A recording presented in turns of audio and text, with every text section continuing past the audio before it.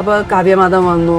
അന്നത്തെ ആ മാസം എനിക്കറിയാം സെപ്റ്റംബർ മന്താണ്, ഒരൊറ്റ വർക്കേ ഉള്ളൂ, അത് കാവ്യമാധവൻ മാത്രമേ ഉള്ളൂ. ടോൾ ഫ്രീ നമ്പറിൽ ഒരു കോൾ വന്നു, സോനം കപൂറിന്റെ വീട്ടിൽ നിന്നാണ്.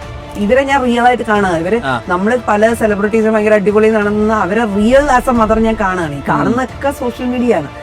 I was the first person in India to curate a kit for mother and baby. Basically ഞാനൊരു വൈദ്യ ഫാമിലിയിൽ നിന്നാണ്. മേ ബി ഒരു 5 ജനറേഷൻസിന്റെ വൈദ്യന്മാരാണ്. നീരൊഴുക്കിൽ വൈദ്യശാല എന്നാണ് എന്റെ ഒരു ഫാമിലി നെയിം.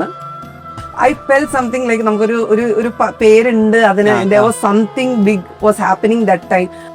ഞാൻ ഇനിയാണെങ്കിൽ ഞാൻ എപ്പോഴും പറയും there is a huge opportunity in ആയുർവേദം എന്ന് വിശ്വസിക്കുന്ന ആളാണ് ഞാൻ. I think this is the only brand in India which is run by an Ayurvedic doctor. It doesn't mean like അത് കഴിക്കുന്നതുകൊണ്ട് എനിക്ക് എന്തെങ്കിലും പ്രശ്നമുണ്ടെന്നല്ല. ഞാൻ എന്റെ ലൈഫ് സ്റ്റൈൽ ഇങ്ങനെയാണ്. മോഡേൺ മെഡിസിന്റെ കൂടെ തന്നെ അവർ ടെക്നോളജിയും ഭയങ്കരമായിട്ട് യൂസ് ചെയ്തിട്ടുണ്ട്. Where we lacked it.